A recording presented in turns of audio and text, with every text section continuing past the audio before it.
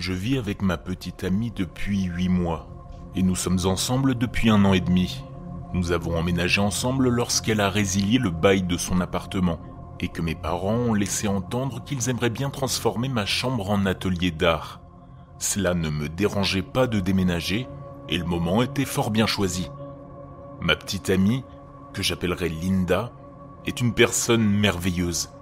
Elle est très chaleureuse, affectueuse, très calme et détendue. Nous partageons équitablement les tâches ménagères et les factures, et nous n'avons aucun problème d'intimité ou de communication. Mais la seule chose qui me pose problème, du moins de mon côté, c'est son calme et son contrôle. Je sais que cela n'a pas l'air d'être une mauvaise chose en soi, et en fait ça ne l'est pas, mais elle ne semble jamais s'enthousiasmer pour quoi que ce soit. Elle apprécie les choses en silence et les déteste avec la même énergie. Elle ne réagit jamais à quoi que ce soit sans se contrôler totalement. J'ai commencé à me demander si elle était capable de ressentir des émotions fortes. Si un traumatisme enfoui la poussait à étouffer ses réactions. Et comme notre communication a toujours été très bonne, je n'ai eu aucun mal à lui poser la question. Elle m'a dit qu'honnêtement, elle n'était pas dérangée par quoi que ce soit et qu'elle ne voyait pas de raison de jouer la comédie inutilement. Cela m'a tout de même dérangé. Elle peut regarder un film d'horreur et ne pas bouger un cil devant un jumpscare. Elle peut regarder une comédie et se contenter de glousser aux passages les plus drôles. Lorsque nous sommes allés à Disney, un parc qu'elle disait avoir toujours voulu faire, elle a juste eu l'air tranquillement satisfaite et à peine excitée. Je sais que cela ne devrait pas avoir d'importance, mais j'ai récemment envisagé de la demander en mariage, et une partie de moi redoute sa réaction si elle dit oui, ce dont je suis assez sûr, car nous avons souvent discuté de cette idée, et elle semble être d'accord. J'ai regardé des TikTok de femmes qui reçoivent une demande en mariage en surprise, et la façon dont elles réagissent me donne envie. Elles crient de joie, elles pleurent, elles serrent violemment leur partenaire dans leurs bras. Elles expriment leur bonheur de manière tellement manifeste que j'aimerais moi aussi avoir ce genre de réaction. Mais j'ai l'impression que Linda va simplement sourire, dire oui et accepter la bague. Et même si c'est déjà bien, une partie de moi veut plus. Alors j'ai fait des choses stupides. Je sais qu'elles sont stupides et je sais que vous allez me juger. Mais bon, ça ne fait de mal à personne. J'ai commencé quand c'était son anniversaire. J'ai aménagé un espace dans notre maison chargé de cadeaux, de ballons et de fleurs pour elle. Et lorsqu'elle est entrée et qu'elle a vu tout cela, j'ai lancé un de ces trucs qui projettent des confettis et des serpentins partout. Je suis sûr que vous voyez de quoi je parle. Je l'ai fait assez près d'elle, mais elle n'a pas bronché, pas sursauté. Elle était contente de l'effort que j'avais fait, d'autant plus que je lui avais préparé un repas romantique. Elle a fait le tour de la cuisine en bavardant avec moi pendant que je cuisinais. Et lorsqu'elle a eu le dos tourné, j'ai fait tomber le couvercle métallique d'une de nos casseroles juste derrière elle. Nous avons un sol en ardoise, et le couvercle a fait un bruit énorme, comme ça. Un bruit qui m'a fait frémir, même si je m'y attendais. Et elle n'a pas été surprise. Elle s'est juste retournée pour voir de quoi il s'agissait.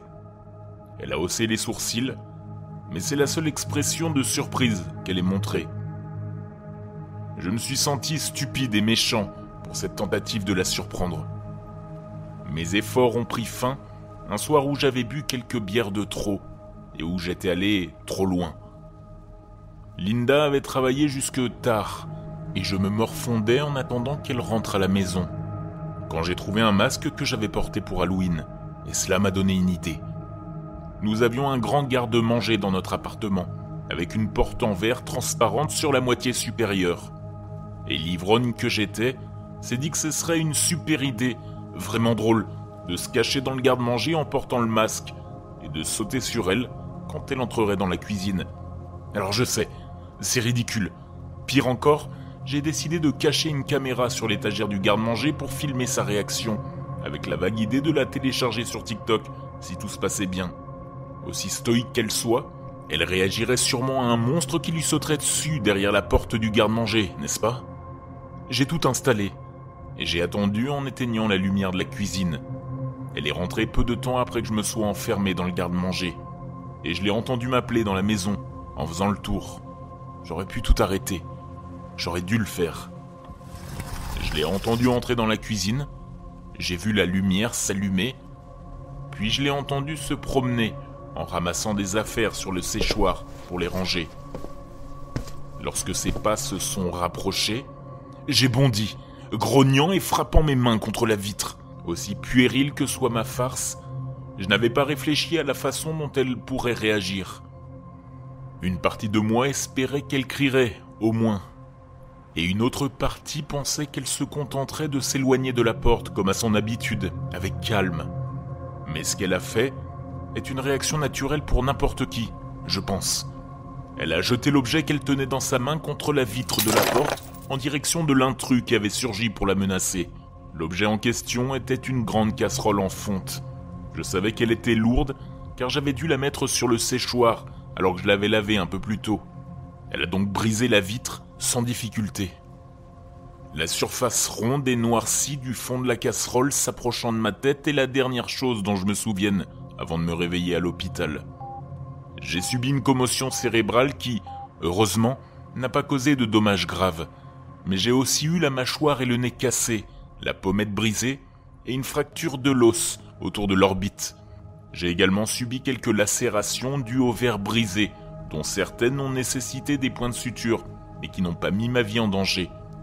Il n'empêche que j'ai eu de la chance. Linda était pleine d'excuses lorsque je me suis réveillé. Mais comment lui en vouloir ? Elle était profondément désemparée à sa manière parce qu'elle avait fait. Mais dès qu'on m'a donné un bloc-notes et un stylo pour écrire des messages, je lui ai dit que je la pardonnais, et je lui ai demandé si elle pouvait me pardonner pour la stupide farce que j'avais faite. Elle est restée à mon chevet autant qu'elle le pouvait pendant ma convalescence, me divertissant et m'apportant des repas cuisinés à la maison. Il n'y avait pas un jour où je ne me méprisais pas pour la blague idiote que j'avais faite, et pas un jour où je n'étais pas reconnaissant envers cette femme merveilleuse. Cela a vraiment remis les choses en perspective. Elle n'était peut-être pas très démonstrative et ne réagissait peut-être pas de manière normale à beaucoup de choses, mais elle tenait à moi, et nous pouvions construire une vie extraordinaire ensemble. Une fois que je suis rentré à la maison, elle s'est mise à prendre encore plus soin de moi. Elle ne me laissait pas lever le petit doigt pour faire quoi que ce soit, même si j'essayais d'accomplir ma part des tâches ménagères. Et elle me laissait rarement seule, au cas où j'aurais besoin de quelque chose. Elle n'était pas toujours là cependant, et lorsqu'elle est finalement partie faire quelques courses, j'ai eu l'occasion d'aller chercher dans le garde-manger la caméra que j'avais cachée. J'avais peur qu'elle la trouve. Je l'avais bien cachée, mais il aurait suffi de déplacer quelques objets pour qu'elle la découvre. Elle m'avait pardonné ma farce, mais si elle avait découvert que je l'avais aussi filmée, elle aurait été mortifiée et bouleversée, et ça je peux le comprendre. J'avais prévu d'effacer les images que j'avais enregistrées. C'était un souvenir douloureux d'une action stupide. Mais une fois la caméra en main, je n'ai pas pu m'empêcher de céder au désir de regarder le moment où j'avais été assommé. Une fascination morbide, peut-être. La caméra avait filmé jusqu'à ce que la batterie soit déchargée. Et après avoir mis le chargeur, j'ai repéré la séquence où je la cachais et m'accroupissais dans l'obscurité. C'est là que j'ai vu la lumière de la cuisine s'allumer, éclairant un carré lumineux au-dessus de ma tête. J'ai vu la silhouette de Linda à travers la vitre, comme si elle était à la télévision, se déplaçant dans la cuisine, ramassant la casserole et se dirigeant vers l'armoire à côté du garde-manger, là où j'étais planqué. C'est alors que je me suis vu me lever d'un bond. Ma silhouette plus sombre bloquait la majeure partie de la cuisine, mais je pouvais voir par-dessus mon épaule le bras de Linda se lever, balançant la casserole sur ma tête. Elle n'a pas fait de bruit, pas de cri, ni de souffle. Et alors que je tombais sur le sol, elle s'est approchée de la fenêtre brisée et m'a regardé, encadré par les tessons déchiquetés. Ses yeux étaient écarquillés et sa bouche légèrement ouverte. Mais à part cela, son visage ne disait rien de ses émotions. Elle a ouvert la porte du garde-manger et m'a regardé longuement. Elle avait la tête baissée, je ne pouvais donc pas voir son visage. J'ai compté les secondes qui s'écoulaient sur la caméra, et elle a regardé mon corps allongé pendant près d'1 minute entière. Puis elle s'est penchée, et lorsqu'elle s'est redressée, elle tenait la poêle en fonte fermement dans ses mains. Après 20 autres secondes d'examen minutieux, Elle a tourné la casserole de manière à ce que sa main droite tienne la poignée. Et elle a levé le bras à hauteur de sa taille. Elle a ensuite attendu. Au bout de 15 secondes, j'ai entendu un bruit, ma voix, dans un faible gémissement. Ce n'est qu'à ce moment-là qu'elle a recommencé à bouger. Elle ne m'a frappé qu'une seule fois, mais elle y a mis tout son bras, se balançant à partir de l'épaule, soulevant la casserole très haut puis la redescendant avec force. J'ai entendu le sifflement de la casserole dans l'air, puis le bruit sourd de son impact sur mon visage. J'ai même cru entendre le craquement de mes os qui se brisaient. Mais mon esprit s'est peut-être chargé de ce détail. Elle ne s'est pas arrêtée pour regarder les dégâts qu'elle avait causés. Elle est simplement retournée dans la cuisine. J'ai entendu l'eau couler pendant qu'elle rinçait probablement le sang au fond de la casserole. Puis, le bruit sourd de la casserole que l'on remettait sur le support à vaisselle.